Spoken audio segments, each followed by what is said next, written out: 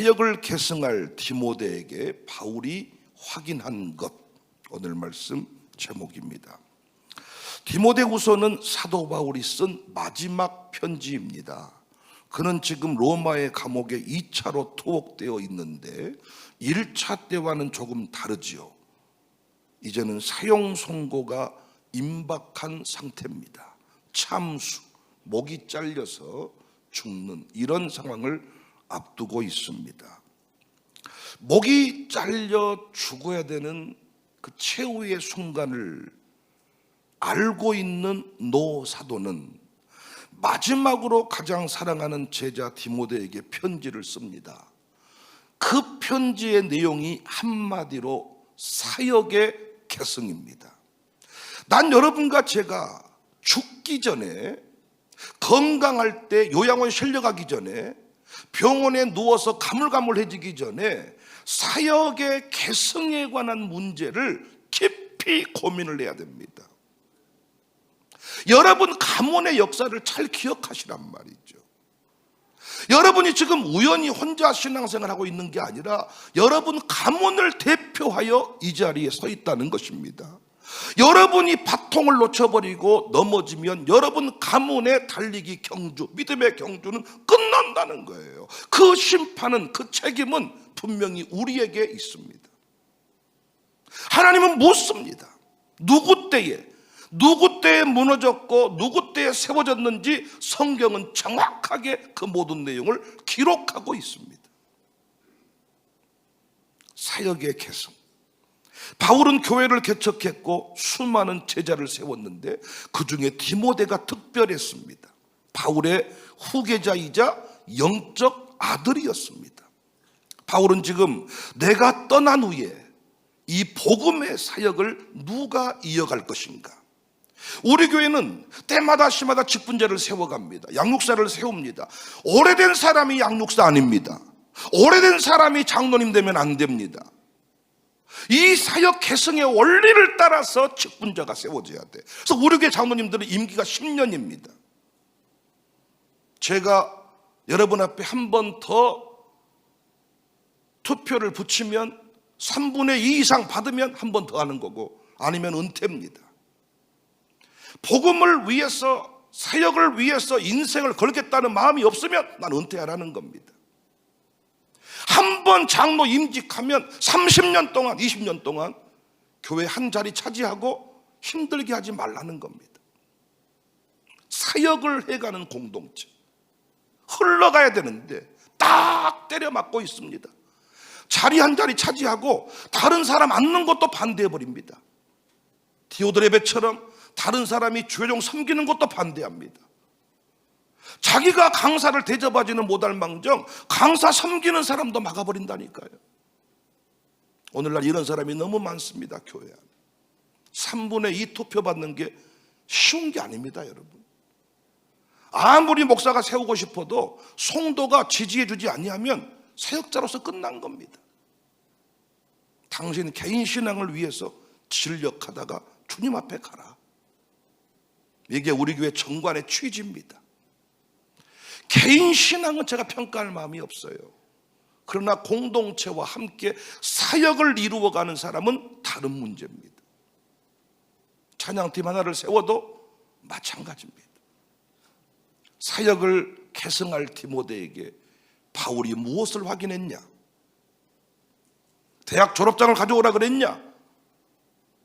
신체 검사서를 가져오라 그랬냐? 아니, 첫 번째 외조모와 어머니의 신앙이었습니다. 5절입니다. 이 믿음은 먼저 내 외조모 로이스와 내 어머니 유니게 속에 있더니 내 속에 있는 줄을 확신하노라. 바울은 지금 목이 잘려 순교해야 될 그 마지막 순간에 무엇을 생각했다고요?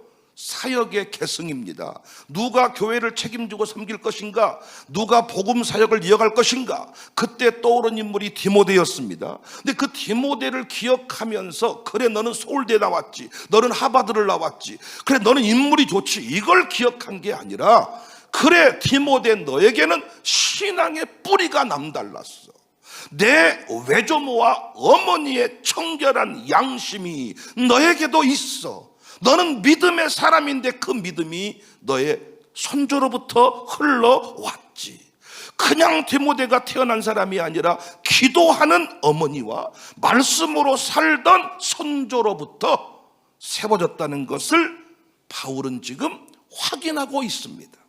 사랑하는 여러분, 사역을 계승받을 자, 광주를 책임질 위대한 장자와 같은 사람, 여러분 다시 말씀드립니다. 여러분과 저는 미국 사람 아닙니다. 내가 지금 한글을 서툴게 한다고 할지라도 우리의 뿌리는 한국 사람입니다. 그래서 우리는 한국교회 신앙을 똑바로 배워야, 선조들의 신앙을 똑바로 배워야 하나님이 한국을 대표하여 우리를 쓰시는 겁니다. 그런데 오늘날 젊은이들이 착각을 하고 있는 게 한국 땅에 살고 있으면서 유럽처럼 믿어, 미국처럼 믿어.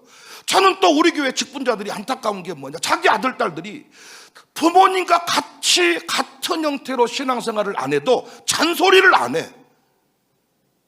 여러분, 부모님이 할 일은 뭡니까? 잔소리입니다. 잔소리는 사랑하는 사람만 할 수 있는 겁니다. 다른 사람은 잔소리하지 않습니다. 저도 길 지나가는 다른 학생들한테 잔소리하지 않습니다. 잔소리는 부모가 자식한테만 할 수 있는 겁니다. 근데 놀라운 것은 새벽 기도를 안 해도, 청사교회처럼 안 믿어도 잔소리를 안 해. 나는 말 안 한다는 거야. 부모의 신앙이 흘러가야 되는데, 선조들의 신앙이 흘러가야 되는데, 우리 교회에서 정말 많이 들었던 말이 같은 신앙인데, 다시 말씀드리지만은 아버지는 새벽기도 하는데 아들은 새벽기도 안 하면 당신 집안은 지금 새벽기도의 대가 끊긴 거란 말이에요. 한국교회는 새벽기도 하지 않는 장모님을 통해 역사한 적이 없단 말이에요. 며칠 전에 충격적인 영상을 보았는데, 물론 그 사람이 모든 교단으로부터 이단 규정, 우리 교단으로부터 이단 규정된 사람인데, 그 사람이 하는 말이 너무 달콤했습니다. 전 세계적으로 새벽 기도와 특별히 주여 삼창하면서 부르짖는 기도는 우리나라만 한다는 겁니다. 그래서 그 목사는 목사도 아니지, 뭐라고 말하냐, 이상한 일이다 그래. 새벽 기도도 이상한 일이고 부르짖는 기도도 이상한 일이다. 그래서 하면 안 된다는 거예요.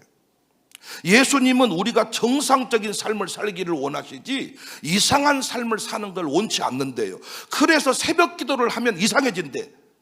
아침밥도 안 차려주고, 물론 몇 가지 부정적인 얘기를 어디선가 들었는지 보았는지 모르겠습니다만은 새벽 기도하면 이상한 일이고 새벽에 주야 부르짖는 기도도 이상한 일이 돼. 전 세계적으로 이렇게 기도하는 민족은 우리밖에 없으므로 하면 안 된대. 유튜브에 나와.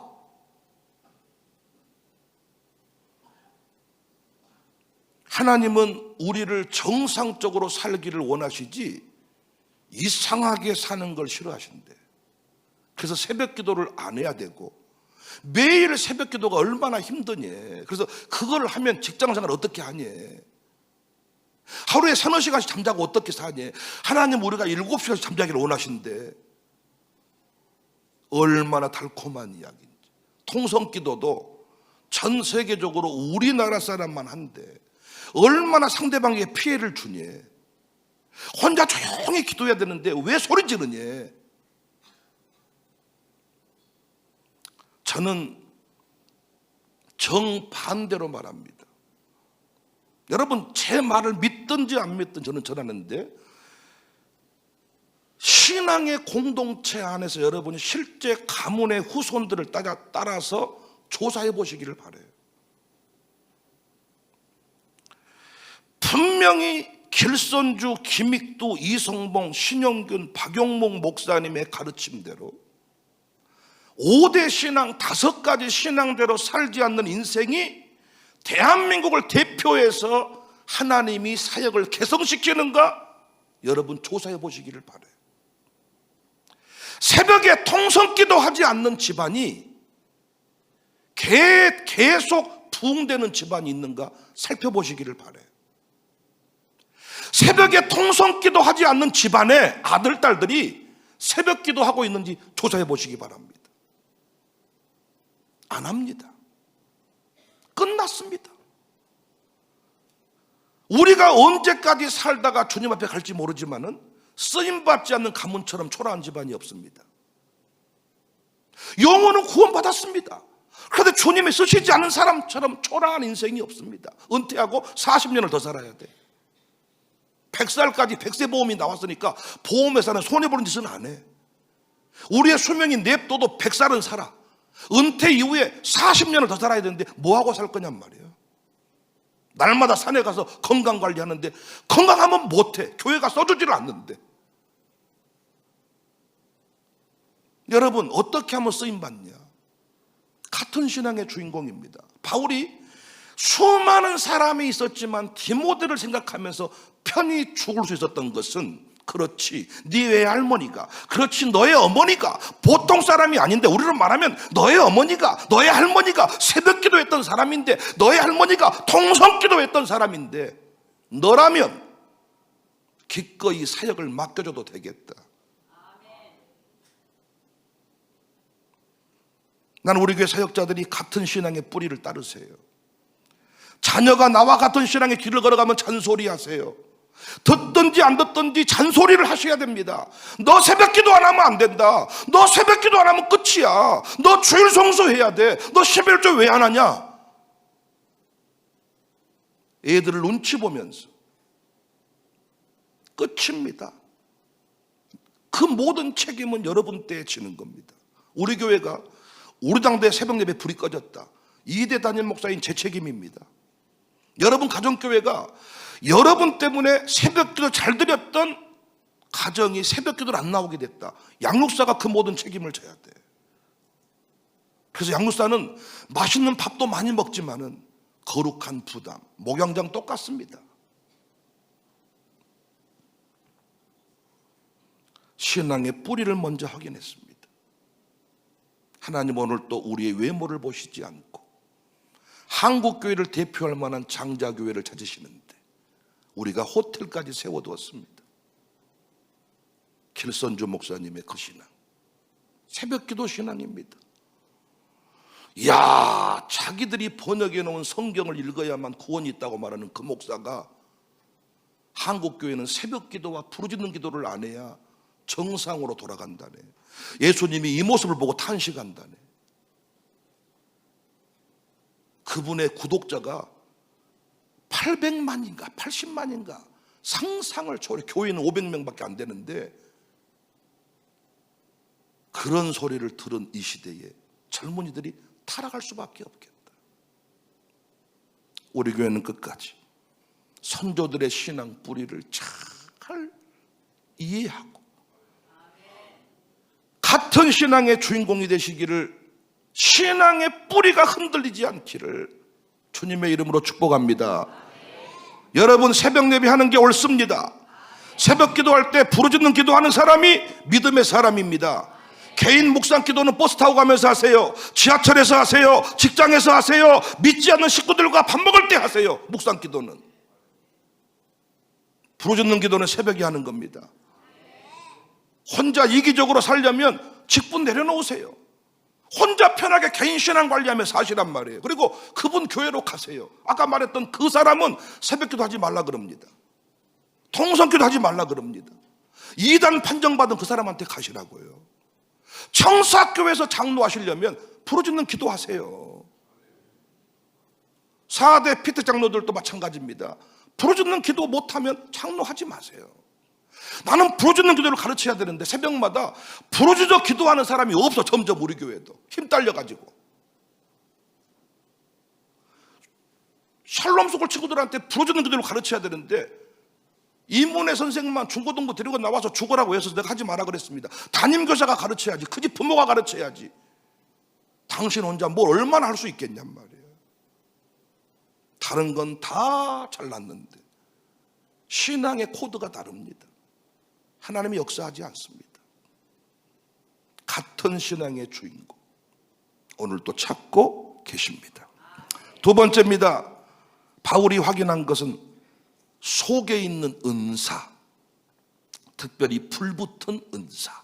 6절입니다.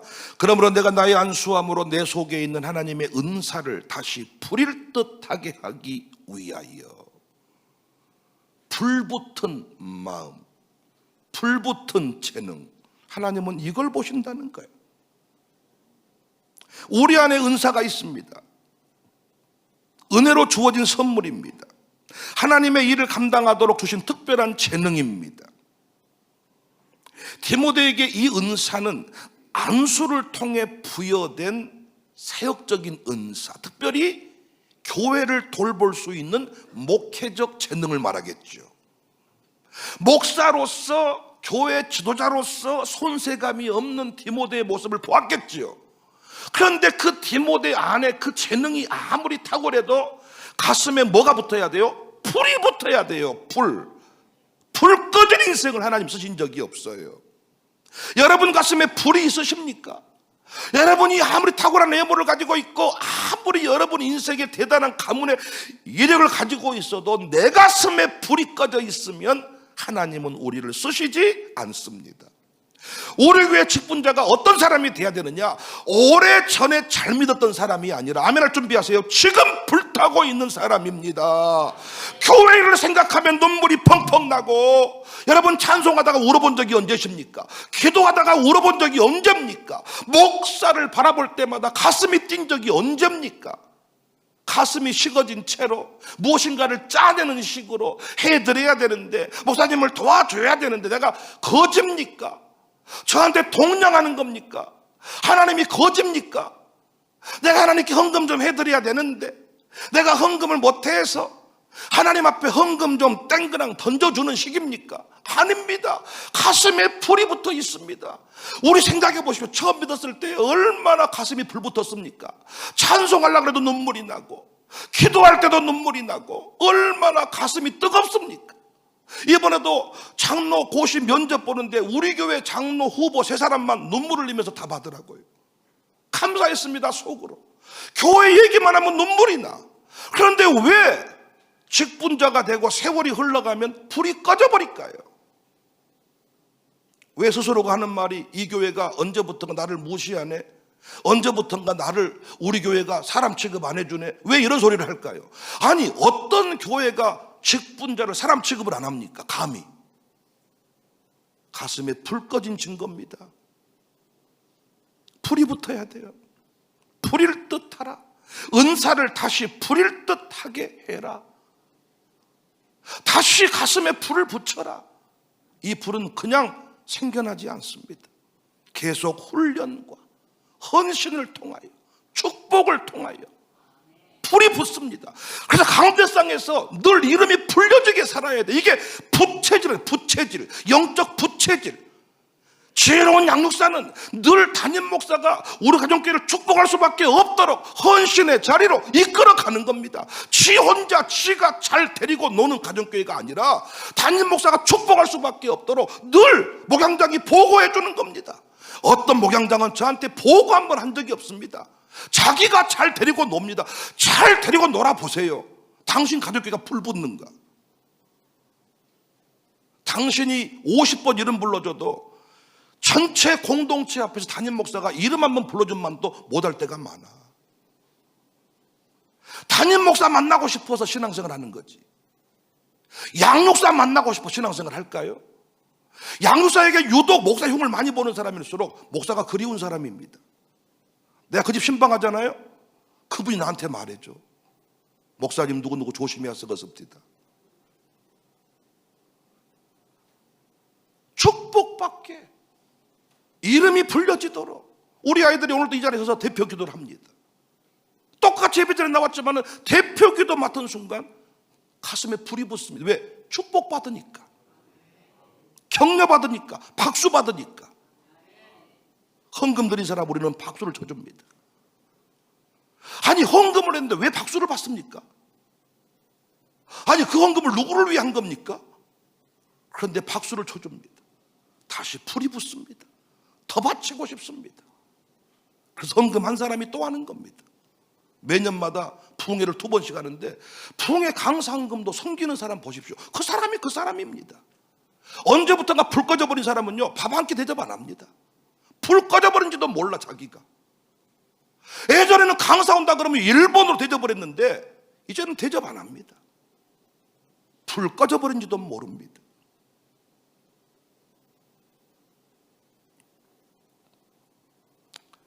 목회자로 재능이 탁월하게 갖춰졌는데 디모데의 입장에서 두려울 수가 있습니다. 그럴 수 있잖아요. 근데 바울이 지금 안수하면서 축복하는 것은 뭐예요?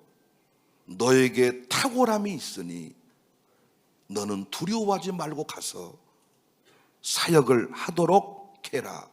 이 말 한마디가 디모데를 살게 할 수 있지요. 나는 왜 이렇게 생겼을까? 나는 참 못난 것 같아. 이러는데 권사님 기도에 은혜 받았어. 권사님 오륙에 없어서는 안 될 사람이야. 이 말 한마디 때문에 힘이 날 수 있죠. 그래 안 그래요? 그래서 우리 가운데 교회가 필요해요, 안 필요해요? 담임 목사가 필요해요, 안 필요해요? 여러분 신앙생활의 원리를 기억하시다니 계시록 보세요. 마지막 때에 나 혼자 예수 믿어서 혼자 승리합니까? 교회의 승리 맞는 말인데 어떻게 교회가 승리했냐고요? 말씀으로 인을 치고 말씀으로 축복하고 교회 공동체와 흰옷을 입고 끝까지 순결한 신부의 삶을 살아갈 때 승리하지 않았냐고요. 영적 부채질, 영적 풍노질. 불이 깜빡깜빡할 때 풍노를 돌려가죠. 솥이 쫙 타오르는 거예요. 부채질, 쫙 부채질. 아들, 딸 이름이 담임 목사를 통해 한번 불려질 때 애들이 새벽 예배 졸았다가 눈이 번쩍 뜨입니다. 언제부턴가 내 아들, 딸 이름이 안 불려진다. 정신 차려야죠, 부모님이. 목사님이 또 누구를 또 특별히 또 챙겨주네, 요즘에 또. 이 삐뚤어진 마음이 아니라 어떻게 우리 목사님의 입술 가운데 내 아들, 딸 이름이 계속 불려지게 할까? 왜? 그때 내 아들, 딸이 살아나니까. 멘토에게 순종할 때 늘 축복을 받죠. 그래서 그 인생이 잘 됩니다. 아무리 똑똑해도 하나님이 그 인생 가운데 은혜를 주지 않으면 그 인생은 쓰임받지 못해. 두려움에 붙들려서 비교 경쟁하다가. 그래서 우리는 재능을 발견하고 재능에 불을 붙여서 세계로 파송을 하는데 파송하면 또 공격을 받습니다. 이때 우리 공동체가 뭐 하는 거예요? 그를 위해 기도하는 거예요. 그 불이 꺼지지 않게 해주세요. 우리 청년들이 착각하는 게 우리 교회만 떠나면 끝이라고 생각해. 살아봐라. 비아냥되는 게 아니라 군대만 가도 기도해 주는 것이 얼마나 중요한지. 서울 쪽에 사시다가 광주로 오셨는데 교회를 못 정했대요. 그런데 남편이 말기암 환자가 됐어요. 누군가에게 기도 부탁을 해야 되는데 누구도 기도해 줄 곳이 없어요. 그런데 우리 교회 한두 번 참석을 하셨는데 그분이 병원에서 교회로 전화를 했습니다. 우리 교회 전화가 안 된대, 불통이래. 내가 이 얘기를 지금 몇 번 들었어. 우리 교회 전화하면 전화 안 받은대. 그런데 로만 숯불갈비로 전화를 해서 기도 부탁을 하는 거예요. 교회로 가서 등록카드를 내야 되는데 교회로 지금 못 갑니다. 말기암 환자 지금 호스피스 병동에서 남편을 케어하고 있으니까 등록카드를 가져오시면 등록하겠습니다. 거기서 와서 기도 한 번만 해주시면 안 될까요? 마지막 순간에 필요한 게 뭡니까? 돈 500만 원입니까? 마지막 순간에 필요한 게 여러분 맛있는 갈비 한번 대접하는 겁니까? 어떤 분은 교회가 돈 안 빌려줬다고 성질 내는 분이 계셔. 돈으로 도와주는 것만큼 쉬운 일이 없다니까요. 마지막 순간은 기도인데 이걸 모르니까 교회를 우습게 하는 거죠. 위기를 만나보면 담임 목사가 부채질을 해서 여러분 이 집을 위해 한번 기도해야 됩니다. 이 집을 한 분을 위해 기도. 목사가 그 일을 해서 목사가 여러분을 위해 누가 기도 안 해. 장례나도 안 갈라 그래. 장례식 내가 막 협박을 반강제적으로 해야 장례식장도 많이 참석하지. 그냥 오라 그러면 봉투 하나 3만 원 보내고 안 가. 담임 목사나 여러분을 귀하게 여기서 막 축복을 하고 불러내서 예배를 막 3번 뜨겁게 드리려고 하지. 여러분 누가 병원에 입원해서 여러분 찾아가기는 한 줄 아십니까? 그런데 사람들은 교회를 우습게 알더라고요. 멘토가 불을 붙입니다. 여러분 가슴에 불 꺼지지 않기를 바랍니다. 여러분이 탁월한 지성에 불이 붙기를 바랍니다. 탁월한 감성에 불이 붙기를 바랍니다. 멋지게 노래하는 그 은사에 불이 붙어야 됩니다. 불이. 목사가 축복을 해줘야 돼. 이야, 찬양의 은혜 받았습니다. 이야, 아무리 남편이 여보 목사가 칭찬 안 해도 내가 은혜 받았어, 그 사람 살아나지 못합니다. 그래서 말씀을 잘 듣고 영적 흐름에 맞게 선곡도 하고, 내가 노래 자랑하는 거 아니잖아요. 대표 기도도 영적 흐름에 맞게. 그래서 영적인 감각이 같이 가지 아니하면 절대로 그 사람이 불 붙을 수가 없는 거예요. 똑똑한 사람은 많습니다. 잘난 사람이 많습니다. 불이 붙어야 됩니다. 난 우리 교회 BJ 선교사들이, 교육 선교사들이 불 붙여주는 일에 전문가가 되시기를 바라고, 불 꺼본 사람이 많아. 불 붙여준 사람이 되시기를 바라고, 작은 일도 축복해주고 격려해주고, 그래서 우리 아이들이 이 기독교육 원리 안에서 성장을 해야 되는 줄로 믿습니다. 불 붙은 가슴을 하나님이 찾으신다. 나이가 들어서 피가 식어요, 온도가 식어요, 뼛속에 바람이 들어와요. 그런데 영적인 불은 꺼지지 않기를 주의 이름으로 축복합니다. 담임 목사의 축복을 갈망하시기 바랍니다. 목사가 축복한 대로, 강사가 축복한 대로 여러분 집안에 불이 흘러간다니까요. 순수함이 있기를 바랍니다. 옷깃만 만져도 나음을 얻겠습니다. 내 믿음대로 될지어다. 마지막 세 번째, 복음과 함께 고난을 받아라. 무엇을 확인했느냐? 복음과 함께 고난받을 준비가 됐느냐? 이겁니다. 8절입니다. 주를 위하여 갇힌 자 된 나를 부끄러워하지 말고 오직 하나님의 능력을 따라 복음과 함께 고난을 받아라. 사도 바울은 디모데에게 사역의 기초, 믿음, 뿌리 확인했습니다. 같은 신앙. 그리고 사역의 능력, 불붙은 은사, 불이 있는 가슴을 확인했습니다. 그리고 사역자의 중요한 자세를 확인했는데, 복음과 함께 고난을 받을 수 있겠느냐? 사랑하는 여러분, 우리 교회 직분자들은 복음과 함께, 이 교회와 함께 고난받을 각오를 한 사람인 줄로 믿습니다. 이번에 비택된 4대 직분자도 그 교육하고 있습니다. 교회와 함께 영광을 누리는 것도 있겠지만, 이 교회를 당신이 책임지고 살리고 지킬 수가 있겠느냐? 다 도망가도 당신은 남을 수 있겠느냐?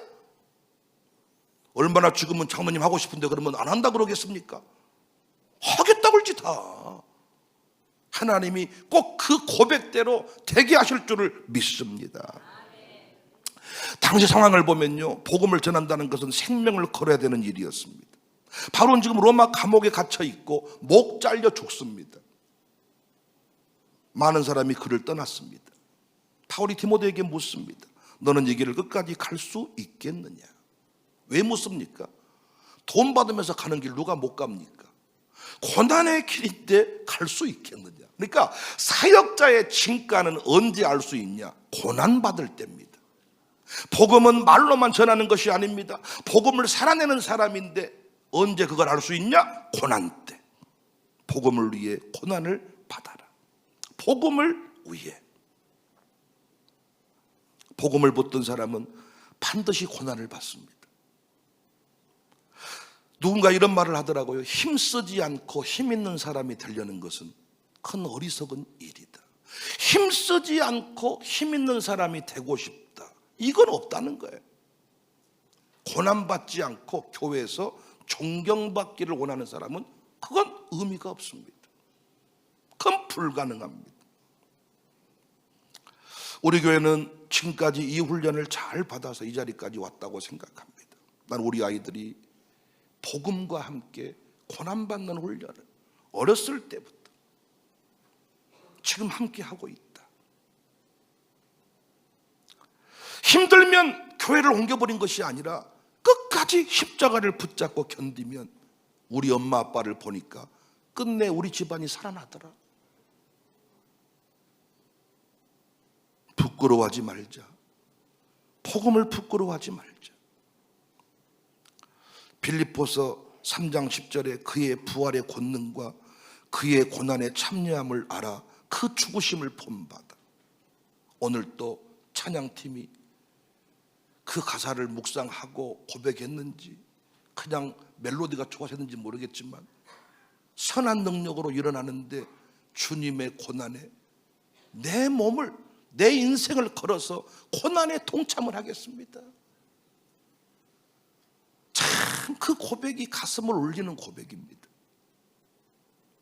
이 교회가요, 수많은 시험이 있었지만 그때마다 우리 직분자들이 교회와 함께 고난을 능히 감당해서 이 자리까지 올 수가 있었습니다. 사랑하는 여러분, 힘쓰지 않고 힘 있는 사람이 되는 법은 없습니다. 고난받지 않고 교회 영광의 직분자로 세워지는 경우는 없습니다. 고난이 없이 교회가 부흥하는 법은 없습니다.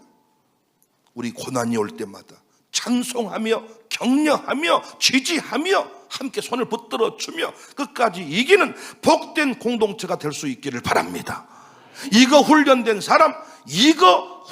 사람이 이번에도 4대 직분자로 피택되었다 믿습니다. 어제도 장로 고시 보고 있다고 사진을 2차례 올렸는데 사람들이 축복을 별로 안 해주더라고요. 나도 생각했어. 야, 이 세 사람이 여전히 인기가 별로 없구나. 별로 장로고시 보든지 말든지 별로의 사진을 다 올려주네. 노예에서 보는 시험 다 합격이지 그럼 불합격일까? 뭐 이런 마음인 것 같아. 다른 방법 없습니다.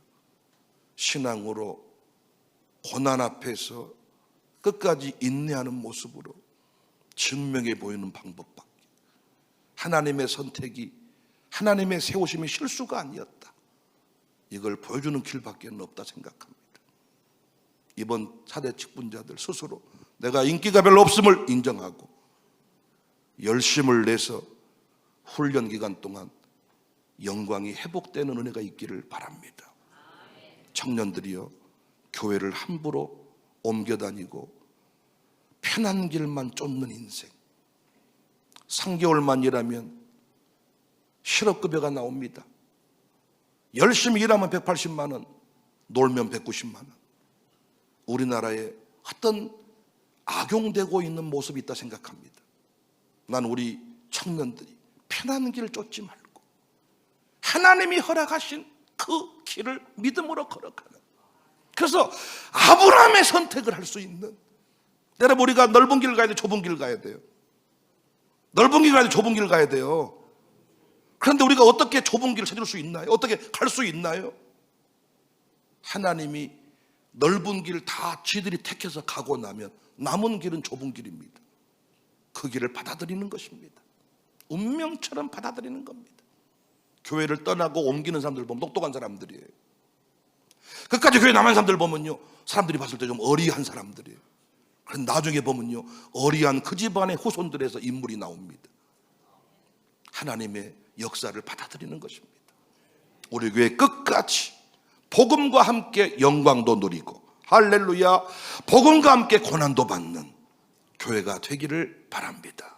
3가지 중요한 사역계승의 원리를 기억하고 오늘 이 아침에 그 은혜를, 그 삶을 살게 해달라고 기도하고 아들, 딸에게 흘러가도록 기도하는 아침이 될 수 있기를